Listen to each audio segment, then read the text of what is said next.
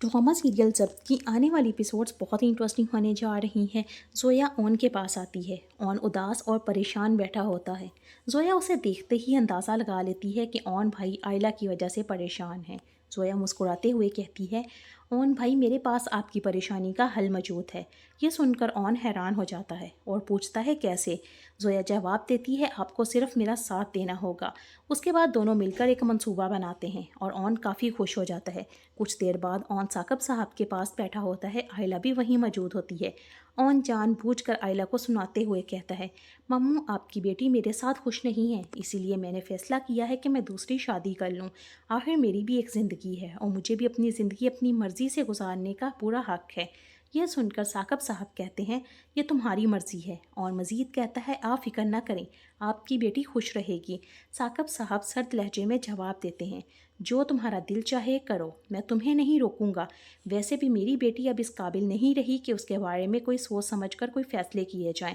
अपने वालिद की ये बात सुनकर आयला बहुत दुखी हो जाती है और गुस्से में अपने कमरे में चली जाती है। इसी दौरान ज़ोया मौका गनीमत जानकर आयला के कमरे में जाती है और कहती है, मैंने सुना है कि ऑन भाई दूसरी शादी करने जा रहे हैं।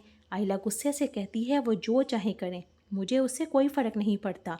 ज़ोया मुस्कुराते हुए कहती है, तुम्हारे होते हुए वो ऐसा कैसे कर सकते हैं, लेकिन अगर देखा जाए तो वो बिल्कुल ठीक कर रहे हैं। तुम भी तो उनसे जान छुड़ाना चाहती हो। अब जान जब छूट जाएगी तो फिर सौतन ही बर्दाश्त करना पड़ेगी। ज़ोया की ये बात सुनकर आयला के दिल में ऑन को रोकने की एक बात फिर बात उठती है। शायद वो रुक जाए। वो कहती है, अगर तुम चाहो, ज़ोया कहती है, तो मैं ऑन भाई से बात करती हूँ, शायद वो पीछे हट जाए। आयला फ़ौरन से जवाब देती है, कोई ज़रूरत नहीं है। उसी वक्त ऑन कमरे में दाखिल होता है और ज़ोया वहाँ से चली जाती है। आयला गुस्से में ऑन से कहती है, ये तुम क्या करने जा रहे हो, अपनी शक्ल देखी है, तुमसे कौन शादी करेगा। ऑन मुस्कुराते हुए जवाब देता है, रमला को तो तुम जानती हो, अगर मैं आज उसकी पेशकश कबूल कर लूँ तो वो मेरी खातिर उस बुज़दिल शामी को छोड़कर मेरे पास आ जाएगी। ये सुनकर आयला परेशान हो जाती है और पूछती है, तो तुम क्या रमला का इंतखाब करोगे। ऑन जवाब देता है, ये मेरी मर्ज़ी है, तुम्हें तो उससे कोई फ़र्क नहीं पड़ना चाहिए, लेकिन तुम्हें क्यों फ़र्क पड़ रहा है। ऑन का ये सवाल सुनकर आयला खामोश हो जाती है। उसके बाद ऑन रमला के पास जाता है और उससे कहता है, तुम मुझे पसंद करती हो, अगर मैं तुम्हारी पेशकश कबूल कर लूँ तो तुम मेरे लिए क्या कर सकती हो।